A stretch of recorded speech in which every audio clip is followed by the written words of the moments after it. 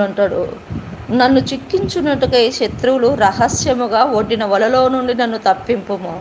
నా ఆత్మను నీ చేతికి అప్పచెప్తున్నాను. యెహోవా సత్యదేవా, నన్ను విమోచించువాడవు నీవే. నేను యెహోవాను నమ్ముకొని ఉన్నాను. ఎవరిని నమ్ముకొని ఉన్నారు? యెహోవాని నమ్ముకొని ఉన్నాం.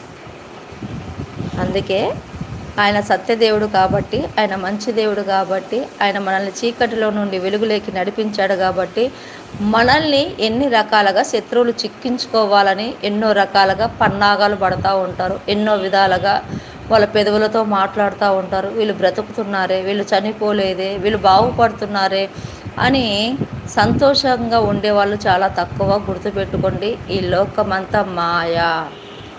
ఈ లోకంలో జీవిస్తున్నదంతా మాయా. ఈరోజు ఆ మాయ నుంచి మిమ్మల్ని అందరూ దేవుడు విడిపించబ